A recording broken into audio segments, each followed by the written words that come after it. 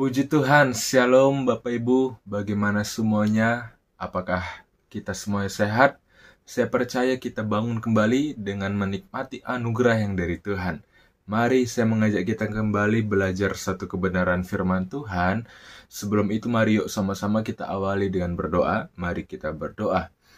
Pada saat ini Tuhan, dengan kerendahan hati yang sungguh, kami mempersiapkan seluruh hidup kami untuk kami belajar apa yang menjadi kehendak isi hati Tuhan bagi kami. Tolong kami agar kami dapat memahami dengan baik ya Tuhan.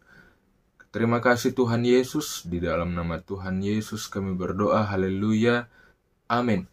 Puji Tuhan Bapak Ibu Saudara semuanya, hari ini kita akan belajar satu topik firman Tuhan tentang perjumpaan yang mengubahkan. Kita akan belajar dari seorang tokoh. Ini tokoh yang cukup familiar bagi kita.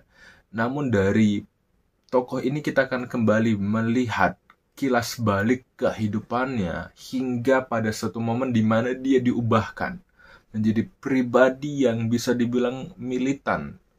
Pribadi yang siap sedia kapanpun dibutuhkan. Siapakah nama pribadi ini? Tentu kita tahu bersama, namanya ialah Paulus. Ya, saya mengajak kita membaca satu ayat firman Tuhan di dalam Kisah Para Rasul pasal 9 ayat 3 sampai ayat yang ke-6. Ayat 3 sampai ayat yang ke-6 demikian firman Tuhan. Ayat yang ketiga, dalam perjalanannya ke Damsyik, ketika ia dekat kota itu, tiba-tiba cahaya memancar dari langit mengelilingi dia. Ayat yang keempat, ia rebah ke tanah, dan kedengaranlah olehnya suatu suara yang berkata kepadanya, Saulus, Saulus, mengapakah engkau menganiaya aku? Ayat yang kelima, jawab Saulus, siapakah engkau? Tuhan, katanya, akulah Yesus yang kau aniaya itu. Ayat yang keenam, tetapi bangunlah dan pergilah ke dalam kota, di sana akan dikatakan kepadamu apa yang harus kau perbuat. Bapak Ibu Saudara semuanya, kisah ini adalah kisah perjalanan seorang Saulus, yang dimana Saulus itu mengemban satu tugas. Dia itu nggak main-main. Tentu kita tahu apa yang menjadi latar belakang kehidupan pribadi seorang Paulus. Siapakah dia? Saya mau bilang bahwa Saulus ini adalah seorang penjahat. Saulus ini adalah seorang yang nggak segan-segan langsung menghilangkan, mencabut nyawa orang-orang yang percaya Yesus pada saat itu. Namun Bapak Ibu Saudara semuanya, pada saat perjalanannya ke Damsyik, Alkitab mencatat, disitulah menjadi titik balik bagi dirinya untuk dia bisa mengalami suatu perjumpaan yang mengubahkan hidupnya. Bapak Ibu Saudara, apa hal yang membuat dia mengalami suatu perubahan? Saya mengatakan, hal yang membuat Saulus mengalami suatu perubahan tidak lain dan tidak bukan, Alkitab mencatat perjumpaannya dengan Yesus.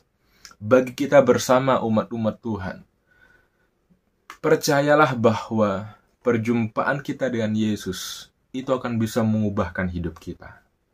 Jikalau Saulus diubahkan, maka saya percaya setiap diri kita pun, ketika kita mengalami perjumpaan dengan Yesus, maka kehidupan kita akan diubahkan. Amin. Pertanyaannya begini, bagaimana sih agar perjumpaan dengan Yesus itu benar-benar bisa mengubahkan hidup kita? Bapak Ibu Saudara, hari ini kita akan sama-sama menggali lebih mendalam, sehingga kita menyadari perjumpaan dengan Yesus itu dapat mengubahkan hidup kita. Bagaimana caranya? Hal yang pertama, jadikanlah perjumpaan dengan Yesus itu sebagai momen yang paling berkesan dalam hidup kita. Adakah momen yang berkesan dalam hidup kita? Mungkin aja setiap diri kita yang baru lulus wisuda, itu menjadi momen yang berkesan. Atau mungkin diri kita yang baru mengalami kenaikan jabatan dalam pekerjaan, itu menjadi momen yang berkesan. Atau tiap diri kita yang mungkin baru menikah dan lain sebagainya, itu menjadi momen yang berkesan. Saya percaya setiap diri kita tentu ada momen berkesan. Tetapi Bapak Ibu Saudara, saya mau bilang bahwa jadikanlah perjumpaan dengan Yesus itu sebagai momen yang paling berkesan di antara semua yang berkesan. Karena apa? Karena percayalah, melalui perjumpaan itu bisa mengubahkan hidup kita. Saya mau bilang begini Bapak Ibu Saudara, peristiwa yang ditulis di Kisah Para Rasul 9 ini diceritakan kembali oleh Paulus, diceritakan kembali oleh Saulus kepada dua pribadi. Yang pertama kepada orang-orang Yahudi, itu tertulis di dalam Kisah Para Rasul pasal 22 ayat 3-16, serta kepada Agripa, itu tertulis juga di dalam Kisah Para Rasul pasal 26 ayat 9-18. Mengapa Paulus nggak pernah lupa? Karena ini menjadi momen yang berkesan, bahkan paling berkesan bagi dirinya. Paulus menceritakan kembali, bukan dari kata orang, bukan peristiwa yang dialami, diceritakan oleh orang lain, tetapi Paulus menceritakannya secara langsung. Karena apa? Karena dia menyadari melalui peristiwa itulah dia diubahkan. Melalui peristiwa itulah dia menjadi seorang yang sangat cinta Tuhan. Bapak Ibu Saudara semuanya, jadikanlah momen perjumpaan dengan Yesus itu sebagai momen yang paling berkesan dalam hidup kita. Jangan pernah lupakan. Jangan pernah malu untuk menceritakannya. Karena apa? Karena ketika kita menyadari perjumpaan dengan Yesus mengubahkan hidup kita, maka saya percaya dimanapun dan kapanpun kita berada, gak ada rasa malu untuk kita mengaku Yesus sebagai Tuhan dan Juru Selamat kita. Amin. Hal yang kedua ialah jadikanlah momen perjumpaan dengan Yesus itu menjadi kesempatan bagi kita untuk kita mau berubah. Alkitab menuliskan di dalam Kisah Para Rasul pasal ke-9 ayat 19 dan ayat yang ke-20. Ayat yang 19 berkata, "Dan setelah ia makan, pulihlah kekuatannya. Saulus tinggal beberapa hari bersama-sama dengan murid-murid di Damsyik." Ayat yang ke-20, "Ketika itu juga ia memberitakan Yesus di rumah-rumah ibadat dan mengatakan Yesus adalah Anak Allah." Ayat yang ke-21 di dalam Kisah Para Rasul pasal ke-19 menuliskan, "Semua orang yang mendengar hal itu heran dan berkata, 'Bukankah dia ini yang di Yerusalem mau membinasakan barang siapa yang memanggil nama Yesus ini? Dan bukankah ia datang ke sini dengan maksud untuk menangkap dan membawa mereka ke hadapan imam-imam kepala?'" Bapak Ibu Saudara semuanya, seorang Saulus mengalami perubahan dalam hidupnya. Alkitab mencatat, dia membicarakan, bahkan memberitakan tentang Yesus. Bahkan orang-orang di sekitarnya bingung. Sederhana mungkin orang-orang akan berkata, "Ini orang kenapa nih? Kok tiba-tiba seperti ini? Tumben hari ini nggak seperti biasanya. Apa yang salah dengan dirinya? Ada apa dengan dirinya?" Alkitab mencatat orang-orang di sekitarnya kenal Paulus. Paulus adalah seorang penjahat. Paulus adalah seorang yang nggak segan-segan. Paulus ini punya maksud jahat untuk mereka. Namun ketika mereka melihat hari itu, mereka tiba-tiba bingung, surprise, kaget. Tiba-tiba Paulus mengalami suatu perubahan dalam hidupnya. Paulus nggak mau terjebak selamanya ada dalam situasi di mana dia ingat lagi masa lalunya. Walaupun orang-orang di sekitarnya tahu akan masa lalunya, tetapi Paulus mengambil keputusan untuk dia nggak mau terjebak, dia mau keluar dari hal itu. Dibuktikan dengan suatu tindakan yang nyata, pertobatan. Bagi setiap diri kita, Bapak Ibu Saudara, setiap diri kita pasti punya suatu masa lalu. Pasti ada. Mari sama-sama jangan terjebak dalam hal itu. Alkitab mencatat, ketika Yesus didatangi oleh seorang perempuan yang melakukan suatu tindakan yang salah, orang-orang di sekitarnya berusaha untuk menghakimi perempuan itu. Yesus berkata, "Adakah di antaramu yang tidak pernah berbuat dosa?" Orang itu yang pertama kali harus lempar batu. Perlahan-lahan satu demi satu meninggalkan tempat itu dan sisa berdua Yesus dengan perempuan itu. Apa yang Yesus katakan kepada perempuan itu, "Dosamu sudah diampuni." Selanjutnya dikatakan, "Jangan berbuat dosa lagi."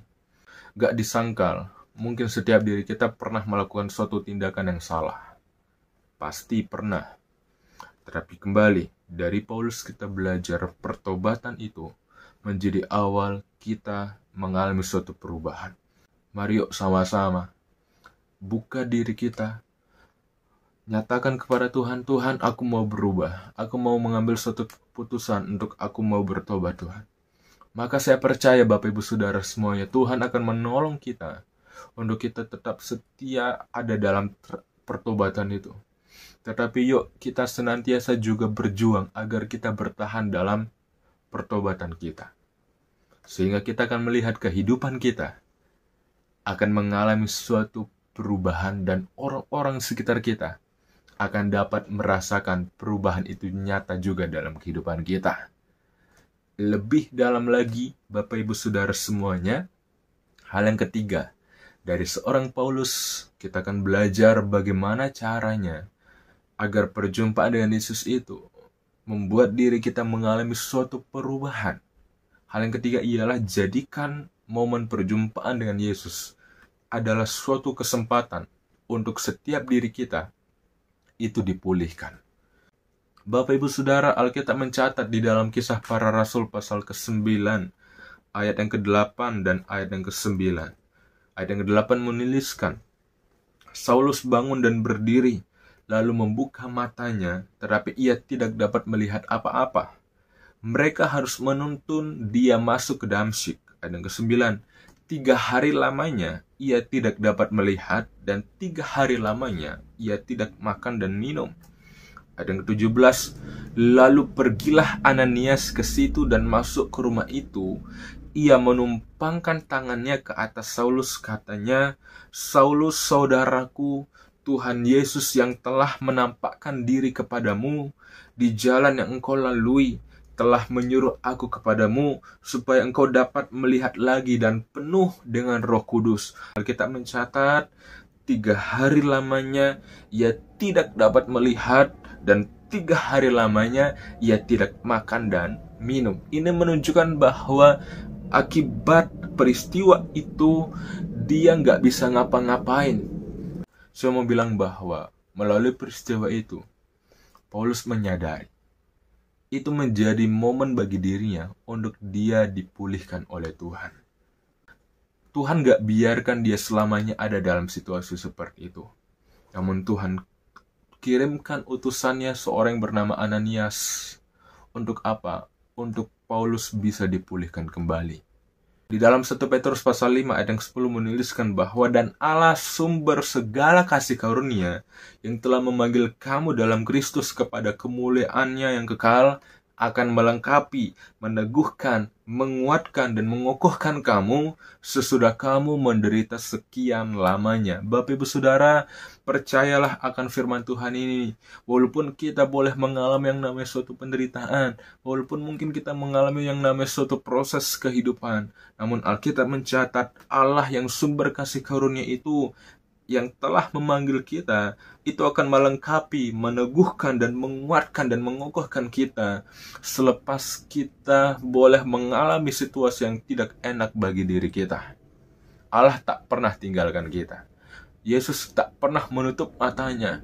Tuhan tak pernah menutup telinganya. Dia akan senantiasa mengarahkan pandangannya, mengarahkan telinganya kepada setiap diri kita umat-umat Tuhan. Jadikanlah momen perjumpaan dengan Yesus itu menjadi momen bagi kita mau dipulihkan oleh Tuhan. Amin. Kesimpulan kebenaran firman Tuhan pada hari ini, kita belajar dari seorang pribadi bernama Saulus atau Paulus. Bagaimana perjumpaan dengan Yesus itu dapat mengubahkan kehidupan kita. Ada 3 hal yang bisa kita pelajari. Hal yang pertama, jadikan perjumpaan itu berkesan bagi setiap diri kita. Bahkan bukan hanya berkesan, tetapi yang paling berkesan dalam kehidupan kita. Jangan pernah lupakan dan jangan pernah malu untuk menyaksikan itu. Hal yang kedua, jadikan perjumpaan itu mendorong kita mengambil suatu keputusan untuk kita mau berubah yang dibuktikan dengan suatu tindakan yang nyata, yaitu pertobatan. Hal yang ketiga, jadikan perjumpaan itu adalah momen untuk kita dipulihkan oleh Tuhan. Demikian kebenaran firman Tuhan pada hari ini. Tuhan Yesus memberkati kita bersama. Mari kita menutup, mengakhirinya di dalam doa. Mari kita berdoa. Kami bersyukur untuk kebenaran firman Tuhan. Tolong kami Tuhan untuk kami bisa memahami kehendak Tuhan bagi setiap diri kami. Apa yang telah kami pelajari bersama, tanamkan agar tidak berlalu begitu saja. Terima kasih Tuhan Yesus. Kami alaskan doa syukur kami di dalam nama Tuhan Yesus. Kami berdoa dan mengucap syukur. Haleluya. Amin.